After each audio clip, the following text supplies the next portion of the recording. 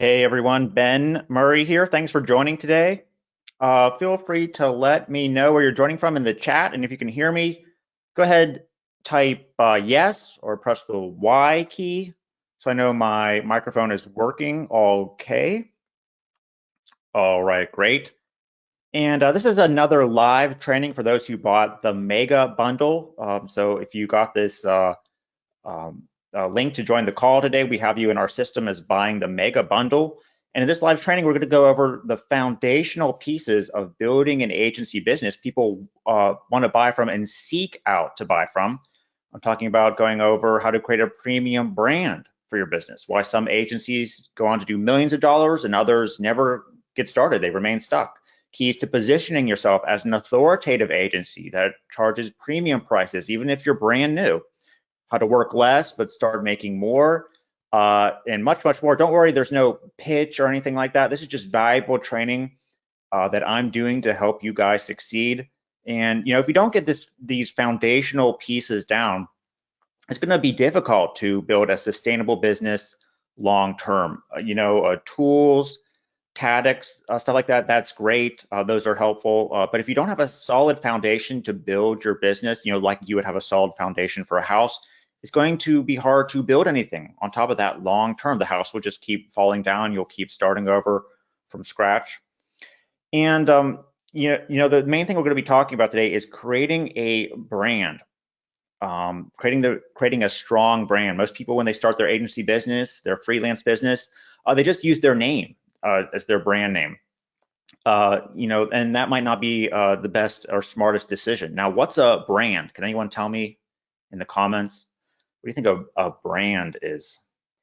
Well, the technical definition is the total sum of people's perceptions of your company, including things like advertisements, customer service, logos, types of products, your company values. All this means is just how people view your business, how they're going to view your agency. And you might be thinking, yeah, do I really need a brand though to start doing business? And you know what? You don't. You can just start. You can just jump in with your name. But it's going to be harder in the long run to take on more clients, make money. In the end, all successful companies that last more than 3 years, they've put serious effort in developing their brand, right? So it's something that you will have to do, and it just makes doing business long term even easier. Every company that creates a brand, or it creates a brand just by existing. But the companies that stay in business long term optimize their brand. Okay. Now, what makes these companies worth billions of dollars? Is it because they have innovative products no one's ever heard of, or the quality of their products? Not really. Take Planet Fitness. They've branded themselves as this gym for nerds. They're the gym where you can go to without being judged, theoretically. They have this lunk-free policy or advertising policy where they try to make their gym feel like this safe space to work out in. But the truth is, at the end of the day, if you've ever been there, they're no different than any other smaller local gym. They offer the exact same equipment, training, experience. If you go to Planet Fitness, you're going to see a lot of guys in tank tops, steroids, chest, grunting, doing chest presses and stuff, looking intimidating. They're no different than any other gym out there. Their machines are exactly the same. The dumbbells are exactly the same. In fact, maybe little local gyms, they may offer a better experience because they're not nearly as crowded as these Planet Fitness gyms. But the thing is, Planet Fitness is a billion-dollar business and a billion-dollar brand where all the other guys aren't, because they've refined their brand and their unique value proposition as this gym for nerds. And they've worked to create, what they call in marketing their blue ocean market, where they're pulling in, regular people who want to go to gyms. Plus now they're pulling in people who wouldn't normally consider going to gyms. Like they feel like they need a safe space or something to go to a gym. And think about Coke as well, right? What's Coke doing? Well, they've done all these advertisements, but at the end of the day, what are they selling? Sugar water, right? You can probably make Coke at home. In fact, I think they sell kits right now at home to just make the soda there. So why is there Coke in every restaurant and stadium in the world, and will continue to be so, despite probably other better drinks coming out? Well, they've done all these advertisements to really drive home the message that Coke equals family and happiness. I'm sure everyone's seen the commercials like this, with the happy polar bears. They're trying to make it so it's more than just sugar water, right? Everyone's seen the commercials of sharing a Coke with a friend, or the funny polar bears. It's more than just having a refreshing drink. If you drink Coke, that means you're going to be at peace. You're going to be fulfilled with your family. Never mind that it's contributing to obesity and disease.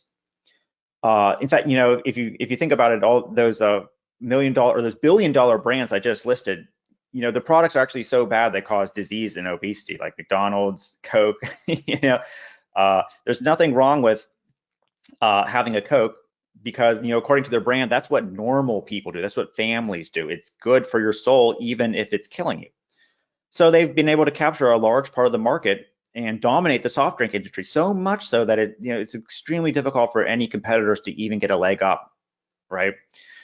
And if you get your branding on point and solidified, you can be like these people. You can position your business as more valuable, charge premium prices, and secure big deals just like they did. Of course, the question is, how do you create a high-end brand that can charge premium prices? And it starts with defining your intrinsic value or unique value. So what's intrinsic value? Well, it's what makes your company different and more valuable, seemingly, than competitors. So for example, why are your products better than others? How can you clearly communicate this to your target audience? Sure, maybe they seem like the same as other agencies, but is there some sort of angle that you can take to make it seem like a better value? So remember, Planet Fitness, they're selling the same thing as everyone else, treadmills that you can go and walk on. But yet they've communicated this in like, hey, we have this nice safe zone. You won't feel harmed. You won't be judged. We're better than all the others. You need to drive that extra mile to our gym. You need to pay the extra fee for our place because you're going to have a better experience here. We have more intrinsic value than, Joe's gym. So as an agency, you're selling the same products and services as everyone else at the end of the day. How many agencies all sell Facebook ads? So many. Since you're selling the same products, what can you do to make your campaign seem a little bit more valuable than competitors? Then, what aspects outside of products, for example, company values, mission, marketing, customer service is intrinsically valuable as well? Do you have a better mission than other guys? Does the business go beyond just making money? Is the way you can communicate with clients, how effectively you can onboard them compared to other people? What about customer service? Do you offer phone support? Your competitors usually offer email support. Would you actually go to the business and work with them from your store? What can you do to differentiate yourself and position yourself as this more authoritative and premium service than all the other agencies out there? Now, even if your angle is, hey, we're going to use AI to automate social media or automate things fast, that's a step in the right direction. But there's other AI agencies out there. So what makes you better or more intrinsically valuable than the other AI guys, right? Well, to help define this, this is something you're going to have to work on. But to help figure this out, it helps to define what they call a mission statement, or just a short elevator pitch about what your company does. Now, a mission statement is just a one-line sentence about what the purpose or mission of your business existing is, and have a clear, consistent elevator pitch ready. Now, if someone asked you at a marketing conference, hey man, what does your business do? Or if you were, say, literally on an elevator and they asked you, hey, what do you do, man? If you say, hey, I'm an agency that helps small businesses, they're going to think, oh, okay, great. But so are thousands of other marketers out there, right? And the guy's going to exit the elevator and they're never going to think about you or care about you again. You're the same as everyone else, right? So can you craft a mission statement that helps differentiate your business, differentiate your agency than everyone else's, right? That's something that you need to be working on this week. Now think about Nike's mission statement, right? Their mission statement, they spent tons of money on consultants and experts trying to craft it because it's so important, and it's bring innovation and inspiration to as many athletes as possible. Now imagine if they had a mission statement like, we sell as many shoes as possible, right? Maybe at the end of the day, that's what they're trying to do. But by honing their mission statement like this, they appear more valuable to their employees and their customers. A bad mission statement is not good because if you base all your marketing and your team interaction, the way you treat your customers off of just, hey, we just want to sell as many shoes each quarter as possible. We only want to make as much money as possible. It's going to reflect in everything you do. It's going to lose valuable customers, and it's going to diminish that brand's intrinsic value. Or here's another example: Disney. Their mission statement: to entertain, inform, and inspire people around the globe through the power of unparalleled storytelling. Right? Now imagine if they had a mission statement like, hey, we try to make popular movies and monetize the winners. Right? That wouldn't be a very good mission statement. People wouldn't buy in. Probably that's what they're sort of following now these days, because no one wants to watch their stuff or buy from them anymore. But once upon a time, they really followed this mission statement of to entertain, inform, and inspire people around the globe, right? And they were one of the most successful businesses out there. Maybe if they go back to the mission statement that made them the success that they were, they would start seeing results again. But right now they sort of strayed away from that, and it reflects in everything that they do. And you don't want to be a type of agency or business that does that, right? Now, to have an agency people really buy from and have a valuable, intrinsically valuable brand, you have to have a premium name and logo. And no one really talks about this or goes over it, but yet it's so important, right? Naming your business. Sure, you can start out, right away just by using your name. That's like how many freelancers start out. But if you want to position your agency as a top tier one, something that's intrinsically valuable, you have to come up with a brand that's more than just a guy at a computer at a desk, right? So you should try to make your name reflect the following: brand values, mission statement and vision we just went over. Try to appeal toward your target audience, unique selling points, anything that makes your agency different, services or products you're offering. If you're offering AI services, you probably want to have AI in your name maybe, but don't make it too niched down, because you do want to expand your business throughout the years. Even if you're starting with a niche idea, try to think more generally. This allows you to expand and add services. If you choose pay-per-click expert agency as your brand name and you want to expand to email marketing, well, that's going to be hard because you've already cornered yourself in is we only do pay-per-click. Now, how do you do this? Well, first of all, just do some brainstorming or leverage AI to come up with the brand name, right?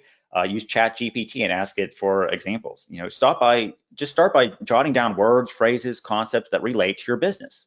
Bounce them off family members, business partners. Use a thesaurus for synonyms and words. Your business name should be easy to pronounce and remember. Avoid like overly complex words. Now, think of some of the best, most valuable businesses. Planet Fitness, we just went over. Taco Bell, Amazon, Google, Apple. They're one or two words at most, and they're extremely catchy and easy to remember. Make sure there's no negative connotations. So say you're selling like QR code menus to restaurants and you're going to brand your agency as Forkbug. Do you really want to brand yourself as that? Like think about that, that your business is, this sort of, strange Forkbug, brand. Make sure you don't have to spell it out either, right? If you say, hey, my agency helps charities, we're charityhere.com. Now, is that charity H-E-R-E or is it H-E-A-R? That makes a difference when they try to, go to hire you or research you. Obviously, domain availability. If you don't have, a website with your brand name on it, they're going to wonder what's up with this guy? He can't even afford his own brand name. Legal availability. You have to make sure someone else hasn't already taken your agency's name. Use U.S. Patent or Trademarks Office, USPTO, to research if people already have the name brand taken already. Visual potential as well. Think of how the name might appear on a logo, on a business card. Leverage AI, like I was saying. You just go to ChatGPT and bounce names. Hey, what's a name for an AI agency? It's going to give you some results. Ask it for more results if you don't. You can also use a service called Namelix, N-A-M-E-L-I-X, MLIX, that generates name ideas and actually finds if the domain is available. I've used that before. And once you have your name and domain name, then you need a logo for it, which all the other marketing materials will start to come by. And again, similar to your name and your business, your design, your logo should reflect your mission statement, your target audience, unique value proposition, the industry. And the easiest way these days to get a logo is either you hire a really good graphic designer, maybe someone from like Upwork, or you just use Midjourney, which is a new AI engine. You can type in a keyword like create me a logo for an AI agency in sleek black color or something like that. It's going to create a pretty good logo at this point, and it's very inexpensive to use. But keep in mind, to get this to work, you have to put some effort into it, even if you're just going to use AI. If you have an idea of what you want the icon to be, the colors and the font, you have to give that to the designer or the AI art generator, or it's not going to really know what to do, right? You have to research some ideas and give it some ideas to make the logo off of, right? So keep these factors in mind when consulting with your designer or using Midjourney to create your logo. First, choose the colors wisely. Obviously, colors evoke emotions. They have different meanings, different cultures for a premium feel. You sometimes go muted or monochromatic, but obviously it depends on your brand's personality. Typography, obviously, make sure it aligns with the brand's personality. Custom typography can add a unique touch. Simplicity, premium logos have a simplistic yet sophisticated look. Avoid making your logo too cluttered. Think of all the logos that are billion-dollar businesses that went on to become major successes. Apple, Chanel, Nike, right? They're very, very simple and clear. Avoid generic and overused symbols. For instance, a light bulb for a business that comes up with ideas, or a globe for international business, right? Everyone's doing that. Try to find some sort of creative symbol. Should be versatile as well. Look good on business cards, websites, banner ads. Should be recognizable in black and white too. And then get feedback. Once you've have a few drafts from your designer or from the Midjourney AI system, get feedback from it. This could be from a team member, from peers, from a community that you're in, like an agency community, potential customers. And remember, a logo is more than just a graphic. It's the visual representation of a brand's identity. Invest time in this, collaborate with professionals, use quality tools. The more that you get this branding down, the more that you get your logo down, the easier it is to run and grow your business. They say 1 hour spent, forming your business before you start reaching out to clients and trying to sell your services is 10 hours saved in the long run. So if you put 1 hour into coming up with a good logo, it's going to save 10 hours when you actually try to sell some of these services that you have. Okay. All right. So now I want to talk about authority. So marketing is one of the most important things a business can do that can bring new clients. If they can't bring in new clients to sell their services, they're going to fail today. So it makes sense to sell your services at premium prices. So you're providing the most valuable activity a business owner has to have. And you can be able to then charge premium rates in your industry for that as well. Now think about Rolls-Royce compared to, say, like a BMW, compared to, say, a Toyota. Now obviously Rolls-Royce is considered the premium car out there. It sells for 500K and up, millions of dollars sometimes, depending on some models. But what makes Rolls-Royce seem more valuable than a BMW, or more valuable than a Toyota? Is it worth the 5 times increase in the price compared to the others? A BMW, that's like 60K to 80K for like a standard one. Toyota is 25K to 30K. Is Rolls-Royce really worth 5 times, like 500K over these cars? Well, not really if you think about it. In fact, Rolls-Royce has the exact same engine as a BMW. It actually has all the same parts. It's created by BMW, by the way. They bought the brand. They actually provided them all the engines, and then they just went ahead and bought the brand in 2003 because they supplied them with all the exact same materials. So sure, it has like a sort of interesting design, But actually, it's probably a little bit more annoying to drive because it's has like sort of a newer interior when you get in it, and it does have some like nice gadgets and stuff. But is it really worth hundreds of thousands of dollars like a house? Well, the truth is, Rolls-Royce is no different. It just positions itself as a luxury car. Their brand suggests that only wealthy people who've made it and are a success get to have this type of car. And they purposely don't make as many cars as just the regular BMW brand. So you don't see many on the road, right? If you see one, it's sort of rare because they're trying to make it like it's this rare commodity. So to be someone a success, you want a Rolls Royce over a BMW, and definitely more than a Toyota. Everyone has those. Even though you can argue, and there's been many studies that show that Toyota is by far the best value and the smartest investment over these two other cars. So when marketing your agency, you need to appear like the Rolls Royce of your brand. You'll be able to take on less clients, do less work, but yet make more and charge higher prices, doing the exact same stuff as all the other guys out there. Now, when everyone starts their business or agency, a lot of times they just create a profile on Freelancer or Upwork. They start responding to jobs really, really fast. And sure, that's a way to get your foot in the door, get some clients, but that is not a sustainable process.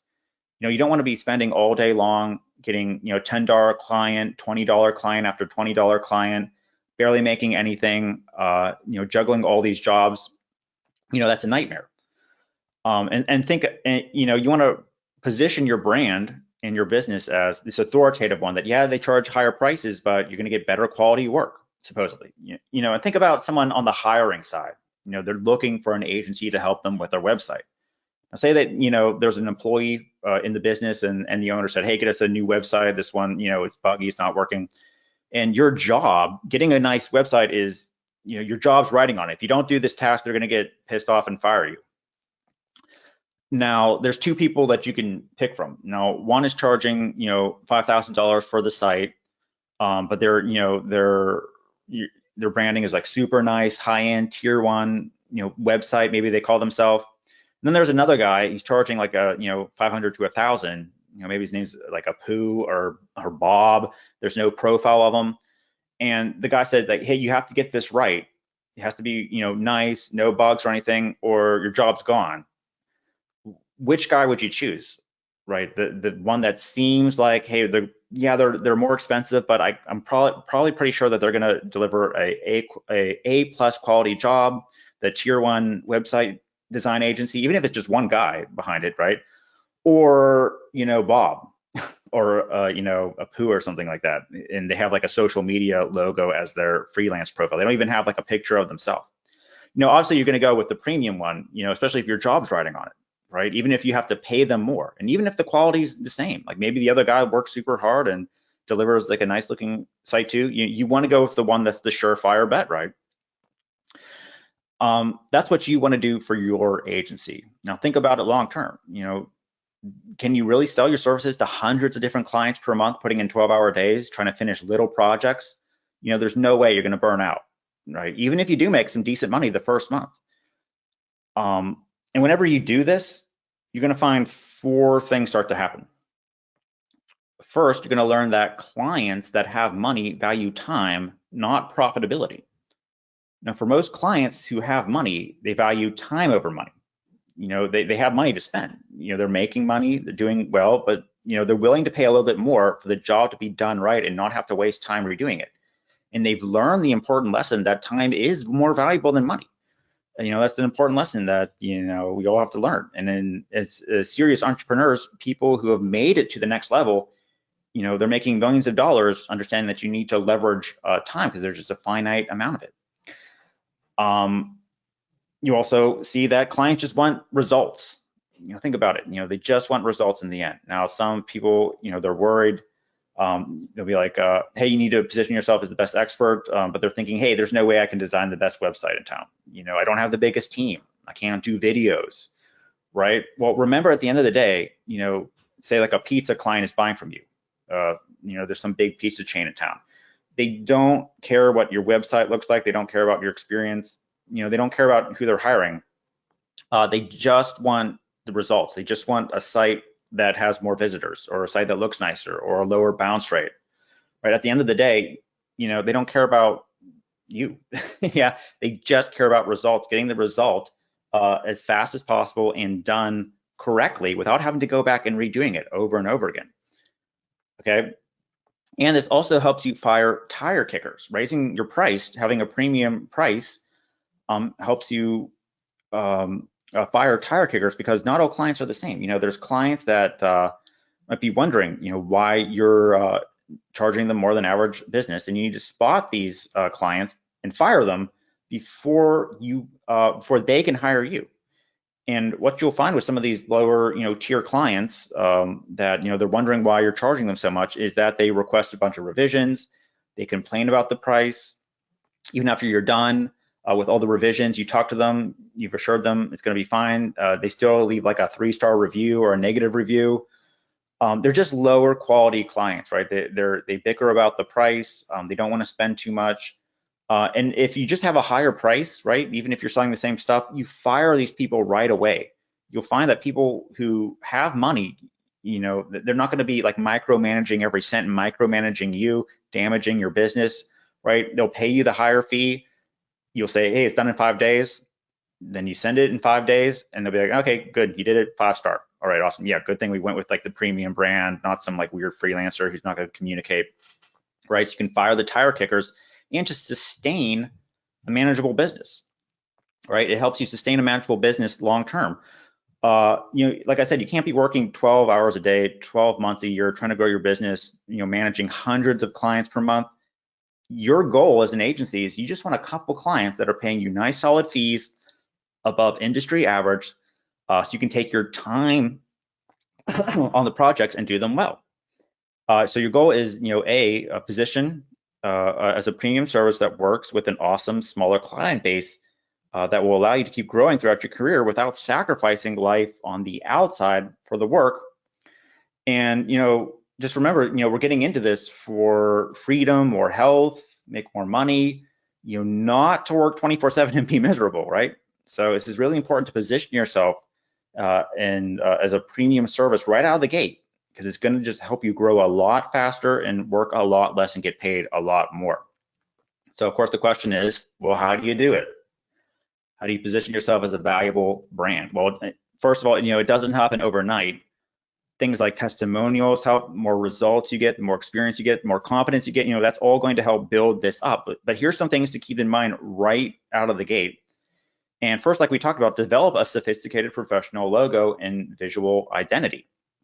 Use high quality images and materials in your promotions, and ensure consistent branding from your website to the physical locations to marketing materials, all your touch points, right? Even the proposal you send out, have it look high end. Don't have it just be a PDF. List achievements. If you have any degrees, any scholarly achievements, if you made it through a course or something, put that in your name. If you pass a certification, put it in, even if it's just some arbitrary little course you did. Produce high quality, well-researched content. If you send an email to people, make sure there's no like grammatical errors in it, right? If it's a video, make sure you can hear it, has a nice high quality microphone. Feel free to write a white paper or have like a study or something. Make it look like you're like a scientific organization, like a university or something, right? List studies, marketing studies on your website, right? Collaborate with other industry leaders or publications, even if it's just through an interview. If they see these other industry leaders, on your page, or maybe you work with someone for free, an industry leader, you get to use their logo on your site. Like, hey, we worked with this person. This guy's a client of ours, right? Even if they didn't pay you, you just offered like a free service. That's going to go a really long way, because they're going to see, oh man, that like these experts, are hiring this dude to do work. Of course, like I said before, develop a higher pricing strategy. Premium brands, they have a higher price point, reflecting quality, exclusivity of the product and service, just like the Rolls-Royce. See what other similar brands are charging for in your industry, and maybe price it a bit higher, even if you're just starting out, right? You're going to help fire those tire kickers. And of course, right from the start, offer exceptional customer service. Make sure everything's responded to, act upon it, maybe give them your phone number even when you're starting out. Aim for features in high authority publications and media outlets as well. One of the best ways is, just to become the actual authority, right? So we're talking about, sort of faking it until you're making it. But, at the end of the day, if you are the best, if you really understand how to use AI and SEO better than you think everyone else, you're going to start to just act like it. Like I remember the company Moz, they're valued at millions of dollars now. The reason that everyone went to them was this guy, Rand Fishkin, I think his name was, he just, I think he like convinced himself he was just the best at SEO and he did these like whiteboard tutorials and everyone's like, oh, I guess that guy's the best, right? So whatever he's selling, I guess we should just buy at this point. And then he started getting all this traffic, all this attention, right? And maybe he wasn't the best at SEO, but he was acting like he was, and everyone just started buying his software, and it just took off, right? So if you sort of convince yourself that you are the best, that you know the best about whatever niche topic you're offering, AI bot setup, AI social media, all right, people are going to think that, well, hey, he is, and he must offer the best service. I guess we should just go with this guy. And always seek to continue to improve your brand and customer experience, can improve your product, right? This isn't like you're not going to be Rolls Royce right out of the gate. It takes a long time of studying and thinking how to position yourself, how to better your brand to get like that, right? So you're going to have to keep working on it, get 10% better, every month or so, keep improving it throughout the year, and it will start yielding dividends back. Yeah, and just remember, positioning yourself as a premium authoritative brand, creating that logo. This is all an ongoing process. It requires continuous effort, adaptation based on market trends, customer feedback, competitive landscapes, and you have to stay true to your brand's core values. So just think of Disney, right? Like I mentioned at the beginning. Think of how far they strayed from their brand's core values, in just the last year. Their stock has crashed like something like 300%. They're firing people left and right. They brought in the old CEO to try and, clean things up. You don't want to become that either. Stay true to your brand's core values, your mission statement that you wrote down. And, it's going to become a lot easier to run your agency long term. Okay. Okay, so that was like a lot of information for just one call. I'd say for your action steps is think about your agency brand name if you haven't. Think about your mission statement. Actually write it down. Right? Can you tell me right now if I went through the call and I went through every individual person and said, okay, what's your mission statement? Would you say like, hey, I'm an agency that helps small businesses?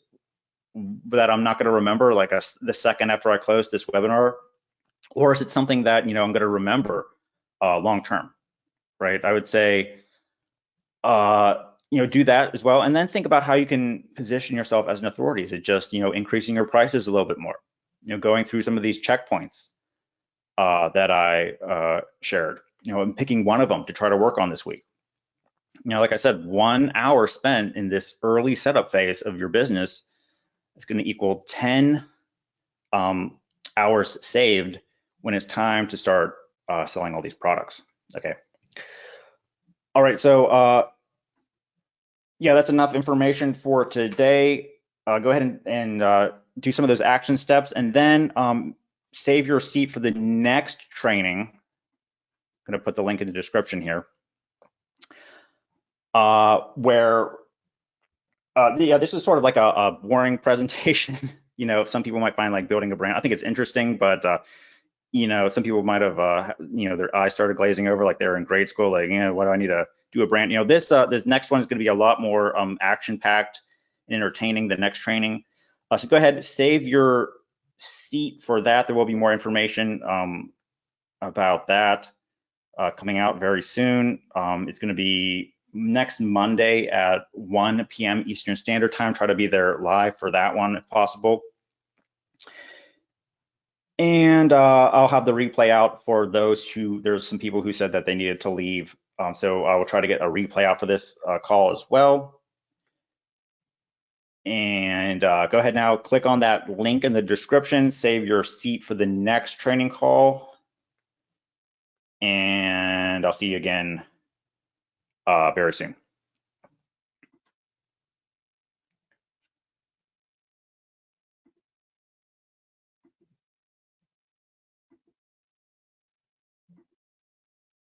right. All right. See you guys.